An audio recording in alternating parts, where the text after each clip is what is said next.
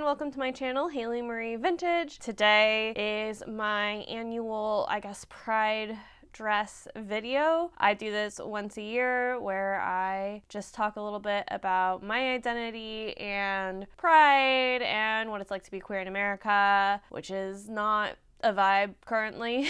And yeah, so today's sewing project's gonna focus on that. Because of that, I am using silkbaron released a stellar pride collection last year. When we talk about pride collections and corporations, most time we're talking about rainbow capitalism. However, silkbaron did an A+ job. This here is the bisexual flag silk taffeta. I did wash it because I wanted it to be a little bit flowier. I didn't want it to be as crisp as a taffeta. So I did wash it, and so now she's a little looser, which is exactly what I wanted.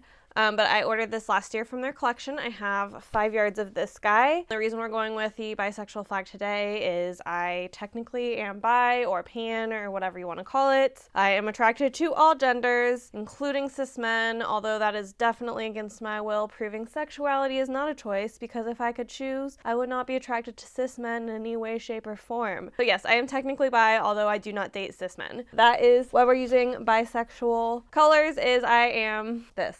This is me, or the same, which is really funny. So this pattern actually sticks with a bisexual color scheme, which was not intentional. I'm going to be doing view B of this guy. This is a pattern from 1960s. So we're going from that new look to that like kind of more bell skirt, which you can kind of see featured here. I love stuff from that late 50s, early 60s era. There's just something it's just a different type of femininity than the new look, which is more of like, I always describe the new look as more of like a trumpet, and you start to see this kind of more bell silhouette. I'm really excited to make it, and yeah, with version B, I am gonna skip the sleeves. I don't wanna have sleeves on this dress. That's gonna be really easy because I'm just gonna make a binding and sew that down. Hi Spooky. I also think the stripes are going to be really fun with this because we're going to see a pretty strict diagonal here, a pretty quick up and down or side. I haven't decided exactly what the orientation of that one will be. Some diagonals, and then this will be vertical, so we'll have a lot of fun stripe play in this garment, which is what I love about stripes. My favorite part is always hands down the way stripes like just bounce and reflect and do cool things with each other. I think that kind of summarizes this project. As of kicking this off and doing the intro, I haven't decided exactly what I want to talk about. Usually in these pride videos, I like to talk about something related to what it's like to be queer in the States, and that is usually something I figure out when I do the voiceover narrative with the footage, so we'll see where we end there. I'm really excited to finally use the silk fabric and make this. I guess this is technically kind of a gown. Admittedly, I'm gonna wear this fairly casually. I know it's like shiny and it's taffeta and it's whatever, but like, I'm overdressed everywhere I go. It sounds weird, but it's part of my gender identity to do that. I consider the way I dress like super hyper feminine as a part of my gender expression as a like non-binary genderqueer type person. It's like putting on drag for me. I love the way femininity disarms people and makes them underestimate me. So I feel like wearing ball gowns in public like fits with that persona I kind of like to have. My goal today is to cut out the fabric and get the bodice done. We'll see how that goes, and if I can do that, then I don't have much of the skirt to do tomorrow, because today and tomorrow I have a lot of events. Tonight I'm going to the Seattle Sews meetup, which is their like annual birthday party, so it'll be a fabric swap, pattern swap. I'm honestly just seeing a bunch of friends I haven't seen for a bit. Tomorrow evening, my friend's a cappella group has a performance, so I will need to go to that. So I'm hoping I can get this wedged in the time frame that I have to work on it. So yes, now we are actually going to hop into me cutting out this fabric.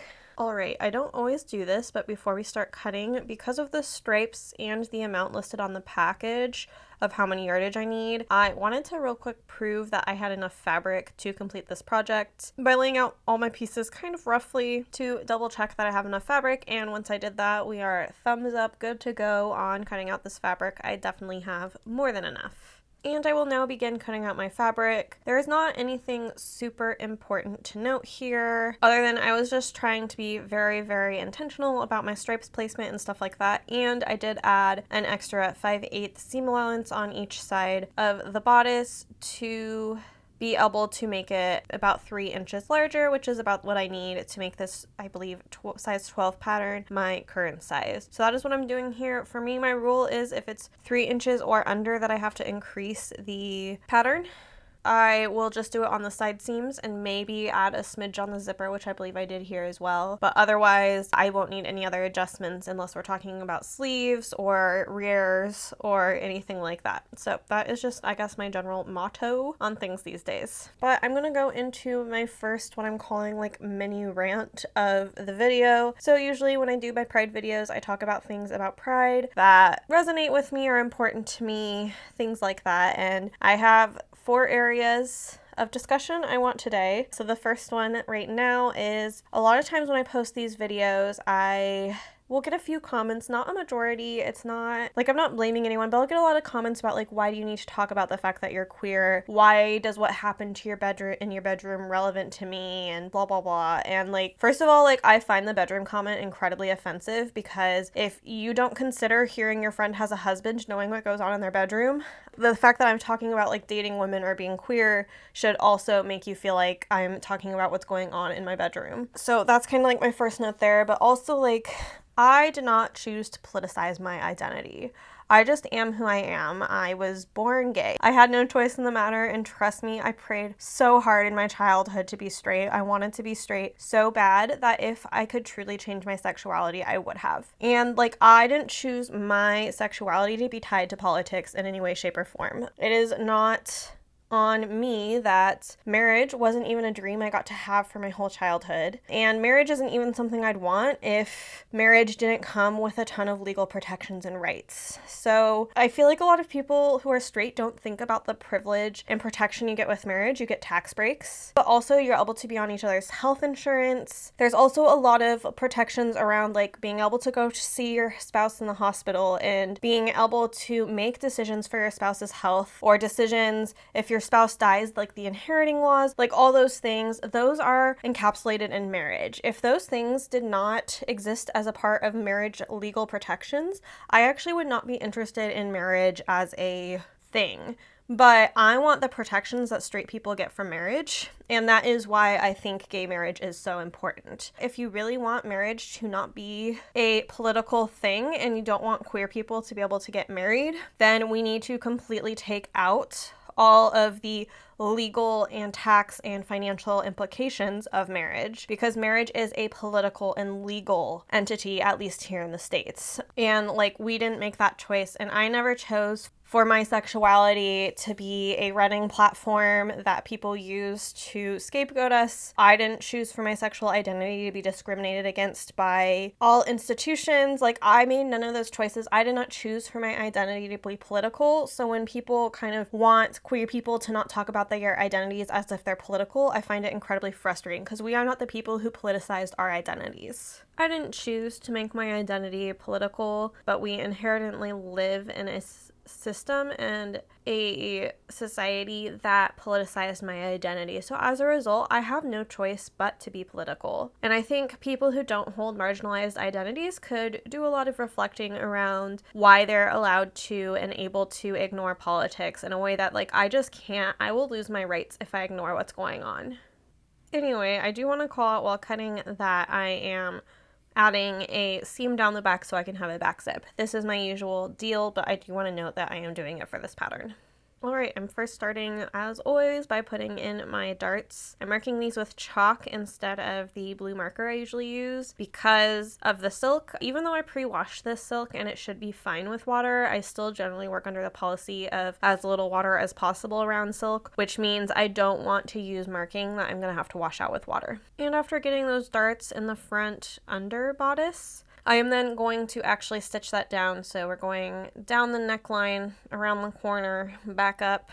You'll see what I mean in a second. And this is the instructions for the under bodice. This dress bodice just has a lot of layers of fabric involved. And I am, of course, stitching as close as I can to understitch this, so that way the seams will all lay and move flat, which we love. And now you'll see what I'm talking about. I am then ironing this. As you can see, we have that flat bodice. This is the back side because I realized the stripes are a little bit more skewed than the front side. So initially I kind of wanted that blue around my face, but I did a poor job cutting. So as a consequence, I don't want that blue around my face. bringing attention to the fact I can't cut a straight line, even though, you know, this is a gay video, so not cutting straight lines track. And with that done, it is in my best interest for my sewing machine and myself to think of this all as one piece. So I'm going to baste around the armholes, around the side seams, and down around the bottom waist seam. And I'm now turning my attention to the back. I'm just popping in 2 little darty boys here. And to continue the prep of the back of my dress, I am doing the facings here. I usually don't iron this and just like do it by feel, turning it over that like 1/4 of an inch. But here I decided to press it because I've definitely had some kind of wonky, bumpy things happen on curves like this if I don't press it before then sewing it down. Also, this gives me the perk of being able to top stitch this, which allows for it to just look cleaner. A lot of times when I'm sewing these, I am actually sewing the top stitching on the wrong side because I need to see it, which results in just it looking a little less nice, which I don't worry too much about because it's facings, but it is nice to do top stitching for once and have it look a little nicer than usual. And once that's done, I'm pinning the facing where it goes, so I will be sewing it down along the armhole and then around the neckline, skipping that shoulder. In fact, I'm pressing it down on the shoulder to eventually be able to kind of like suck the seams into this little hole that will be made later. You'll see what I'm talking about. You didn't get to see it, but I did indeed clip my corners and understitch, and now I'm going to press this to all be looking rather spiffy. I don't know what's wrong with me today. I'm feeling like using some weird words. I then took the facing that I drafted myself and sewed that, and then clipped the seams, and then I went and understitched them. I'm going to finish both the back and the front separately, so again, we can keep everything in that armhole little hole trick that you're going to see later. Back to the top, I am pleating. I don't know why pleating makes me so nervous, but it always does. So here, the way I do pleats is I usually iron the like top of the pleat, I guess, and then I set it against the lines shown here, and here I'm again using pins to show my markings through the other side because I don't want to mark the nice side of the silk because I don't want to have to wash out marks. So that's why you see all this kind of weird maneuvering here. For this piece, there are 3 pleats at the like front of the bodice. Again, you'll see more of what I'm talking about as we go. It's kind of confusing when you're seeing everything not laid out together. Once the pleating's done, I am also going to fold over the like top line thing. It's almost kind of like a built-in facing that you just fold and press and you have your facing for the top of this little pleated part. For the next step, I will be basting together the side, bottom, and shoulder seams all, and I think armhole seams all to keep this bodice piece as one piece, even though it is indeed 4 different pieces technically. So this is definitely one of the more interesting makes I've ever made as far as how all these pieces overlap together, and I'm feeling pretty thankful I used a lightweight silk for this and would only consider using a lightweight cotton for this, because if you were using any sort of like heavier cotton for this dress, you would end up with a very thick bodice. And here I am going to sew on the armhole facing for the front that I drafted. But once that is done and figured out, I am then ready to sew the shoulder seams and side seams together, which is what I am pinning and getting ready to do here. I didn't bother to cut French seams here for a few reasons, but one of them is for the bodice, the only place that actually needs a French seam that I instead did a seam binding on is a very short amount of side seam on the bodice. I didn't do the clearest job demonstrating this, but for the waist part of the bodice, the kind of like cinchy part, what I'm doing is making kind of a sandwich where we're gonna have the diagonal piece on the outside facing the correct side of the bodice, and then the other side, again, still, I guess technically wrong side to right side. On the other side, we'll have the up and down stripe that is the lining, and that kind of will make a little sandwich that'll keep all those ugly seams of all the layers of the top of the bodice hidden, because it will all like fold down around it, which is what you see me doing here, is pressing the front of the bodice to like even out all those seams and contain it. And I feel like I'm doing a terrible job explaining this, but apologies, bear with me. And hopefully the front is a good enough demonstration. Oh, also something weird happened in my calculation of the back bodice, and I ended up having almost an inch of extra fabric here, which is why you see me pressing such a weird amount for the zipper. I'm gonna leave it all here until I actually install the zipper because it'll be way easier to trim this down once the zipper is on. And then here I am working on some of the different facings and stuff I can slip stitch down. And I also, what you can see here on the shoulder is that open folded piece that I made a while ago. I've slipped all of the ugly seam allowance bit in there, and now I'm slip stitching that closed, and it's a completely clean finished seam that you can't see any of the weird stitching going on. So this technique was super interesting because normally you don't necessarily have enough layers for this technique to work as well as it did here. We're starting at the top of the morning by sewing up the back seam in the skirt. Here I have marked where I'll need to go into basting for the zipper just to get the seam looking nice. And then I'll be pressing that seam open and ironing it. I was responsible and did the pinking shear thing on this when I actually originally cut it. Because I was cutting it so far away from the pattern, there was no way to damage it because I was adding the extra seam allowance for the zipper. I also chose at this point in time to tack my zipper with an iron, because they get all crinkly in those packets. So mistakenly in the intro, I said that this didn't have a bell shape to it, and I was incredibly wrong because what we're doing first, which I have never seen this before in construction, is we are putting in 6 darts on both the front and then 6 on the back to first make the skirt. It will be more belled when it's gathered because even more of the top will be cut and gathered out of it. Just really, really interesting way to slightly change this from being a fold gathered skirt to that kind of more bell-shaped gathered skirt of the early 60s. So it was just funny because I talked about it in my intro before I even read the instructions, and then I read the instructions and I was like, oh, whoops. This is definitely fully leaning into that bell shape and changing the shape from the 50s gathered skirt. The saddest part of this technique was the fact that I was going to have to do 12 darts in the skirt. You could definitely skip this and just go for a simple gathered skirt, but you're not going to get that 60s bell silhouette. And here I am pinning all 12 of those darts. I really do hate doing darts. Now I move to sewing all 12 of those darts. And the instructions have you full on cut out all of the extra fabric from these darts and press them open. This was such a wild experience. I would probably skip this in the future because I don't care about the bell shape enough to do 12 darts and do all this work, but it was a really interesting construction method to learn nonetheless.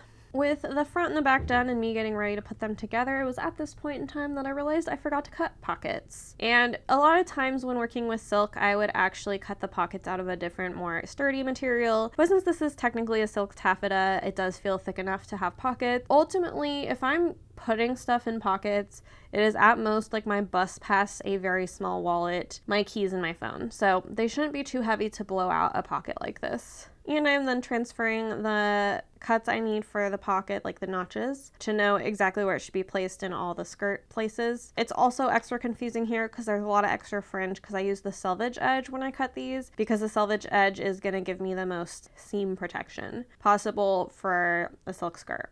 And then I am pinning in the pockets right sides together. And after stitching these 3/8 of an inch, I am then pinning them to each other on the side seams, so I have my pockets and my seams and all that good stuff. And I am now going to pop in those gathering stitches. I am going to do 2 rows, I think a full inch apart, or maybe it's 6/8 of an inch apart. But while I do that, I'm going to go into rant number 2 for Pride. So the second rant is something I've just found really frustrating as I have seen the genocide in Palestine continue. So one of the big things that I've heard is as a queer person, I shouldn't be defending the rights of Palestinians because they don't defend mine. And it's really frustrating because, first of all, most populations, if you actually talk to Muslims or Middle Easterners in general, the older population may be a little bit more rigid. The younger population cares a little bit less about sexuality. So assuming that all Palestinians are homophobic is actually very Islamophobic and carries just a lot of other phobias, xenophobia, other things in there. But also, Israel, you cannot legally get married in Israel if you are a queer person. We do not have equality in Israel. And the Israeli army has been caught blackmailing Palestinians to give them information using their sexuality. Israel has no leg to stand on when it comes to talking about queer liberation. And it's been so disheartening to see the pride flag being raised and used as propaganda to justify this slaughter of civilians. Even people who maybe believe that I do not have the right to marry, I believe those people should still be alive and well and thriving. I do not believe in murdering for gay marriage. And I don't know, it's been just such a disheartening thing to see, because also I have gotten messages or comments when I speak up for Palestine being like, oh, you being who you are would be illegal in Palestine and blah, blah, blah, blah. And it's just like, so what? I guess, like, that doesn't mean I think their children should die. And also, those people who are saying that are not people who are doing anything against the over 500 bills across the United States being introduced against LGBTQ people.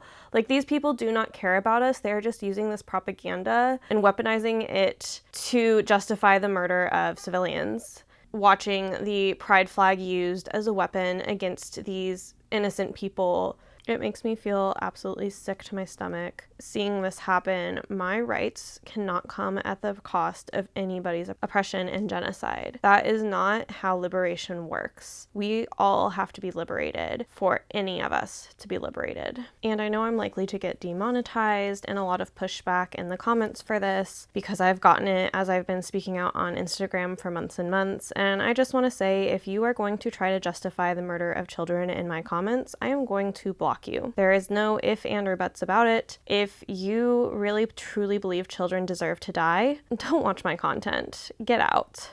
And now we're gonna awkwardly transition back into me talking about my sewing project. Anywho, we're back to sewing. So here I am only sewing the front part of the bodice, and what I'm doing here is I'm first setting up the fourths rule of how I gather to keep gathers even. I have put a pin in the front of the bodice to mark the halfway between those two seams. I'm going to do the same in the skirt, and then I'm going to gather across all four quadrants, again only pinning to the outside diagonal layer of the fabric on the bodice. Again, hopefully this will all make sense as the process continues. And now I am popping the zipper in. We're scooching along. With the zipper in, I now get to cut off my mathematical miscalculation. Yay! Like usual, I have now tried this on, and it is hemming time. So first I am giving myself a clean edge by just folding this up by a 1/4 inch and stitching it down. And this skirt was a whole lot longer than I wanted, so I am actually hemming it by quite a bit. But again, for the longevity of this piece, and if it goes to a different owner, I want to leave a significant amount of fabric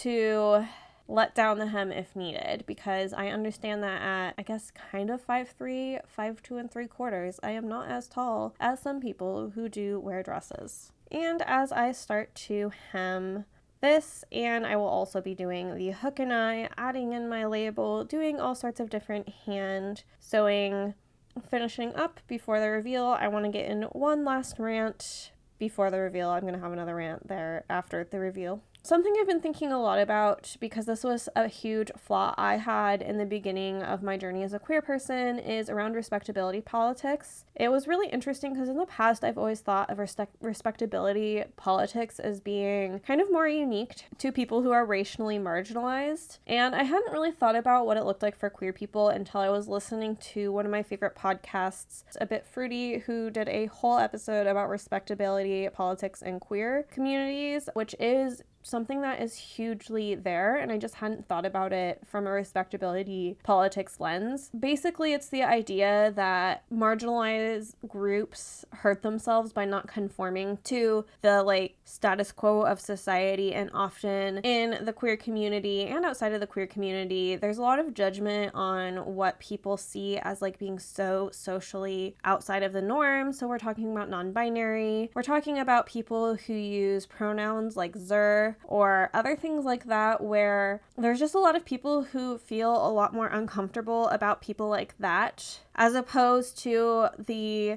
queer people who kind of more societally norm themselves into something more palatable for people, which everybody is welcome to live their truth and their identity in the way they want. However, we should not be judging people who have their identity further outside of the societal norm. I definitely, at the beginning of my queer journey, was like, why are some of these queer folks making people uncomfortable with their gender identity or the way they dress or the way they speak about themselves? I was definitely guilty of early in my queer journey being that doesn't help us as a queer community. And the further queer I've become, I guess, and the further I've been in that part of the community, the more I realize that we should never be asking people to dumb themselves down or conform themselves to societal ideas, especially marginalized people, because the way they express themselves and who they are does not hurt you, and we shouldn't be passing judgment upon people if it is not actively harming someone else. So that's just kind of, I'll link the episode on respectability politics in the queer community down below, but it's definitely something I had to learn and that I was guilty of. Like, it took me a really long time to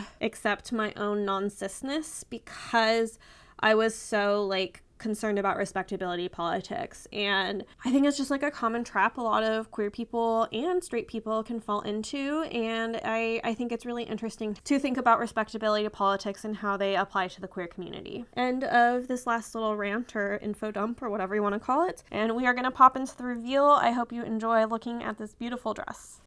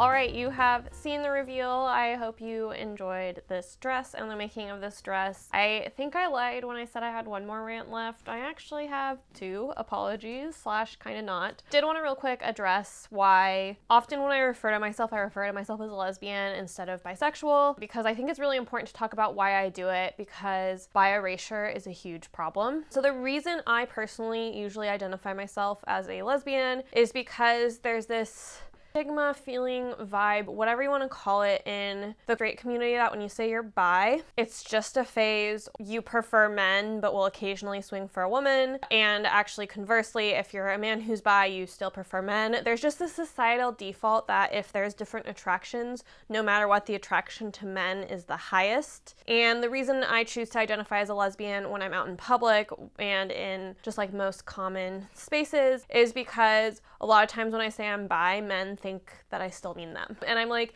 no, you're the super hyper exception, not the rule. I'm mostly attracted to women and non-binary people. I have very little interest in cis men. It's a lot of times safer for me to just identify as a lesbian, because when you identify as a lesbian, 95% of straight men will back off. But when you say you're bi, they'll all of a sudden be in your face, and it becomes a more dangerous situation more quickly, in a space that then I end up feeling unsafe because they're all of a sudden the man who wants to change you from being a bisexual. And I do acknowledge the problematic nature of it, but it's something I do for my safety. That is often why I use that terminology. That's often why you hear me refer to myself as a lesbian, is because of just that man as the default partner vibe that we have here, at least in the States. So I just wanted to real quick acknowledge that. Just a quick side note, because I realized I did a poor job addressing this. I only refer to myself as a lesbian in straight spaces. In queer spaces, I am loud and proud on being bi, because bi erasure and biphobia is such a problem in the queer community. So I want to be clear that amongst queer spaces I identify as bi. It's only in straight spaces that I feel safer identifying as a lesbian.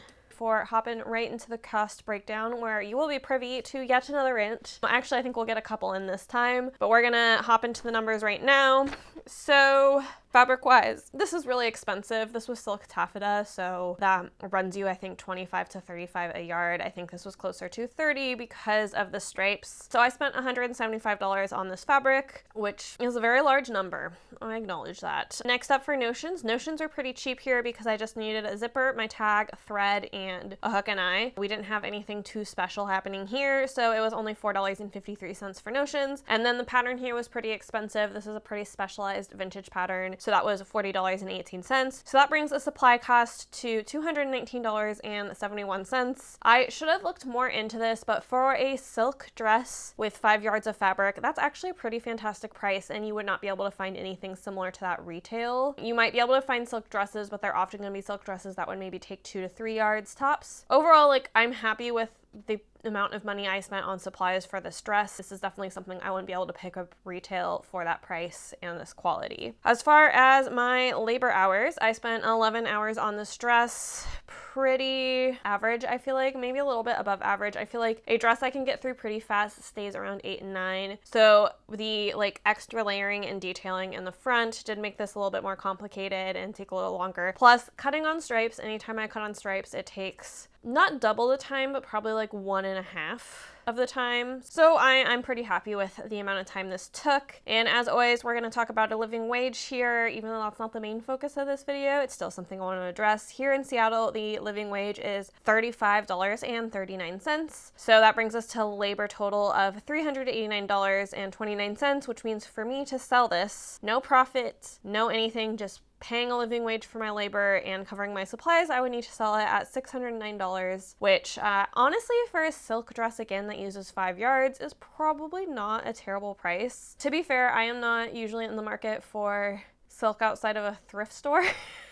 And outside of making clothing, so I don't totally know what's out there. I just know in general these days and always buying silk has been pretty expensive. So usually I try to go 1 for construction methods. Piece I made today, however, I decided to focus more in on bisexual pride dresses. So from your trash corporations that hate human rights, generally the price range is $15 to $24, and they're made of polyester and they're ugly. There's just something about when corporations make pride merch without consulting queer people that just shows. I don't know how to explain it, but like you can almost always look at pride merch and tell if someone queer was involved, because when they're not, it's so ugly. So my mid-level, I'm gonna get into a little bit more. So I went for mid-level that they had a bisexual dress at $40. This was polyester, and I am gonna name this company. This is the Pride Company. So the Pride Company would get a eek rating for me in general, but if you are going to buy Pride merch and need it to be affordable, most of their prices are under $40. It's at least supporting an LGBTQ owned and run business, and the big reason I like them is I read through a bunch of their environmental statements and policies and stuff around labor, and it felt a little bit greenwashy to me because they make a lot of statements about how like their packaging is 100% recycled material and blah, blah, blah, blah. And they use a lot of vague wording around how they partner with factories to make sure there's ethical production there. The most greenwashy part to me is that they make all these statements about the environment and how much they care for it in the environment. And as far as I can tell, all of their products are made out of polyester, and a lot of these are like hoodies, t-shirts, and things that you can really easily make out of cotton. So that's why they kind of get a side eye from me. However, if you need affordable Pride merch, or if you're somebody who's lower income and you have a kid you really want to support, I would recommend still buying that from this company because it should be in your budget, hopefully, and it's at least supporting a queer-run org, even if they are kind of greenwashy. I still think that's better than supporting a company like Amazon or any of those others that just like don't that you're just giving your money to a billionaire. At least if you're gonna go the fast fashion route, go with the Pride Company. I will link them down below. But if you can afford more, please do buy your stuff somewhere else than the Pride Company. I did find one more that I'm gonna call slow fashion. This is an Etsy shop. I'm not gonna name the name because I went on her Instagram and she released a whole watermelon line, but didn't talk about Palestine at all in the watermelon line. I don't know, that just like kind of makes me side eye. Right now, unless you live under a rock,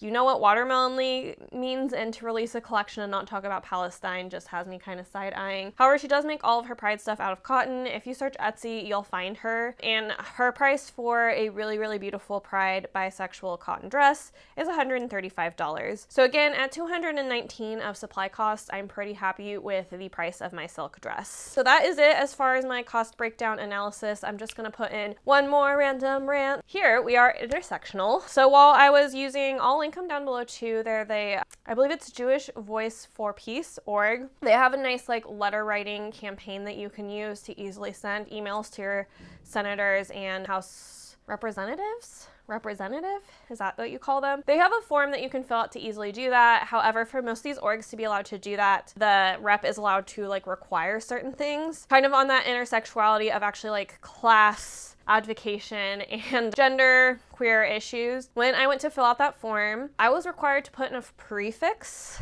which was incredibly annoying. This is not on Jewish Voice for Peace. This is on our representatives in our Senate. So my representative had the option of mix, which is generally the gender neutral title. If that is an option, it's generally what I use. My rule for prefixes is none, because prefixes are based off of class. They are a class situation that I just don't appreciate. So in the past, like historically, you didn't have a prefix if you were poor, and if you are a worker and you did have a prefix, kind of the more rich or upper class you were. So I'm fundamentally against being called any sort of prefix because of that like class background. There is not a single person who I am above enough for them to use a prefix for me, including my senators who I hate. Still don't think that they need to call me by a prefix. One of mine, like I said, they gave me the mix option, so that's what I chose, even though my true preference is none. But the other ones only had Miss, Mrs., Ms., and Mr., and then all the like doctorate, PhD, whatever nonsense. And that's so frustrating. So I will say, when I don't have a gender, I guess, neutral option,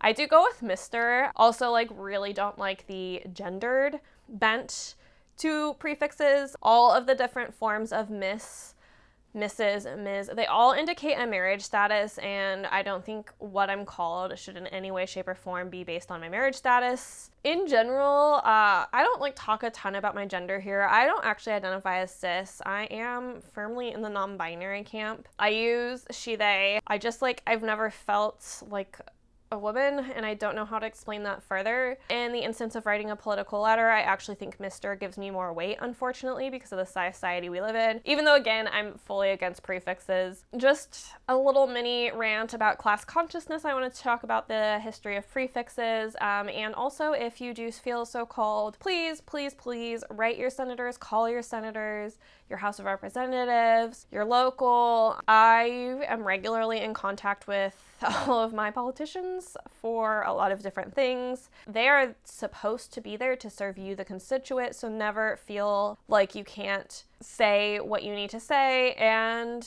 use genderly chaotic prefixes if they make you use a prefix. I will link the Jewish Voices for Peace down below thing that I used, just in case you're interested. I'm hoping by the time this video comes out, maybe the United States has done something around what's happening in Palestine. I know people are pushing for embargoes, which I fully am on board with. But at this point, like, even if we could get a committed ceasefire and stop the active killing and get aid vehicles in, that would be bare minimum. And I so hope by the time this video is out that has happened, because it seems like there's a kind of a renewed push right now. So for me, it is the last day of May. So the attack on Rafah, that seems to have pushed a lot of people kind of over the edge of being quiet, happened this week. So I'm hoping that extra push and all those added voices will hopefully help the situation. But yes, please, please, please, if you feel called and if you want to do something, contact your senators. And outside of that, I also will link, I regularly buy eSIMs because a lot of people in Gaza are completely, like, not only are they being bombed, are they having to move, are they starving, but they also don't have a way to contact each other because Israel has cut out the internet in a lot of cases and telecommunications. So eSIMs is a lot of times the only way they can communicate with the outside world, and that is so, so, so important for a gajillion reasons. So I'll also link that org down below. I can't remember what the price ranges is, but honestly it's pretty cheap to buy an eSIM and it can make a huge difference. So I will also link that below.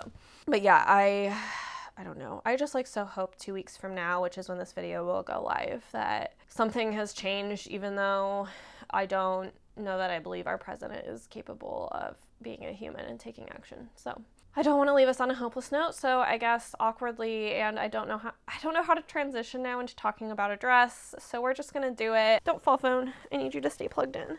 Okay, this is the dress. Here she is. Oh God, she is silk, so she is slippery, does not want to stay on the hanger. I wish I forgot to take a photo, but I did wear it to work styled with a turtleneck, and I did not like that styling. There's something about this cut across thing that I don't like with a turtleneck, so I'll have to try for a different work styling another time, because I generally don't wear sleeveless stuff to work. I think it's technically okay at my job, but I just like to, there's enough things that I can get in trouble for. I don't want to really add dress code on top of it. I think it's so lovely. I wear it all day, super comfortable. God, I love silk. There is something about the feel of silk that just is heaven for me. Like wearing it, I feel so swishy and so light and so good, and I felt so cute. I love the way the stripes went. I will note, we'll get an early having to tackle stains. I'm guessing you won't be able to see, but there's a big old grease stain right here because I don't know what I was thinking. I was really craving my favorite sandwich place, which makes these beautiful, beautiful,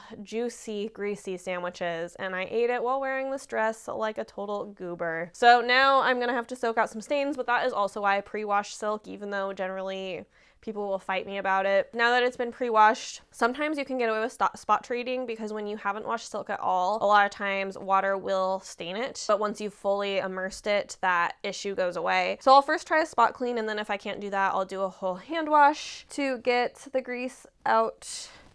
I can't believe I did that. Sometimes I'm just really ridiculous, and sometimes I just really think with my stomach and not with my brain. So as far as like construction of the dress, I'm pretty happy. The construction went pretty smoothly. I will note, I didn't see it when I did it.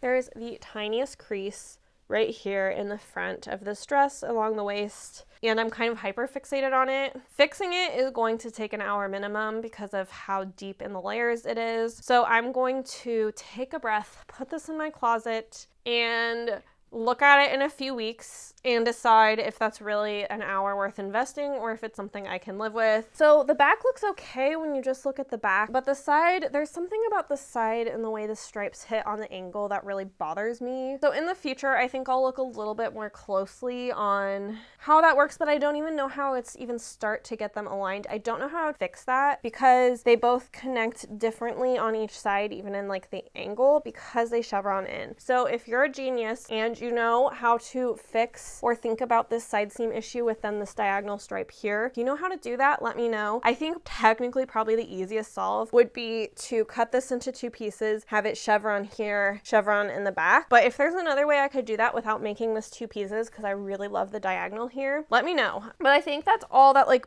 bothers me about this dress. Otherwise, she's perfection and I love it. I'm excited to wear, I don't even know if I have any pride plans this year, but I'm excited to wear it to whatever pride plans I'll have. I'll probably try to find some sort of drag show or lesbian party, or I don't know. I'm gonna try to find whatever way to celebrate pride in this dress. Maybe even if it's just like a dinner with some of my queer friends. I don't know. I'm not one for like the big pride festivals. That's not my scene. I'm not really a crowds person in general. So regardless of how much I like celebrating something, I don't generally go that way. Also, the pride events like that here are so corporate, and they're all corporations that I know queer people who work inside those corporations, and those corporations are not good to the queer people there. So as a result, I don't quite know what to do. My last plug for the day is I'm going to link the org down below. I don't remember the name off the top of my head, but if you usually think about sending me a tip or supporting me in any way, shape, or form, what I'm going to ask you is actually to still use Ko-Fi and send me that tip. Denote in that tip pride or the name of the org or something like that, because then what I'm going to do, this org I can get a match from my employer when I donate to, so I'll take all that money that comes through my Ko-Fi and then I will do a donation through my workplace, is what I mean by that. And that will double the donation, and I'll post a receipt in my Ko-Fi for that. So if that interests you, my Ko-Fi is linked down below. I would rather get a Ko-Fi support for this cause because transitioning is so expensive, and it is like cost prohibitive for a lot of people. To not be able to afford medical treatment to feel like yourself in your body is really heartbreaking to me. So I would love if you would help me gather some donations for that. If you know me, I'm pretty intense on my research. I read through a lot of financial statements before I donate to an org, and this org passed my test. That's something I'm always super passionate about. I have seen many people go through transition, and I know how cost prohibitive it is. I would love your help in supporting that. And other than that, I guess I'll wrap this on up. Happy Pride. Be you, be real, be happy as you can in this godforsaken country. I will see you next week for something that's not sewing. Definitely subscribe and stick around if you haven't already, and you can always support me for free with a thumbs up and commenting down below. And I'll see you next week at 8 a.m. Pacific time. Happy Pride. Bye.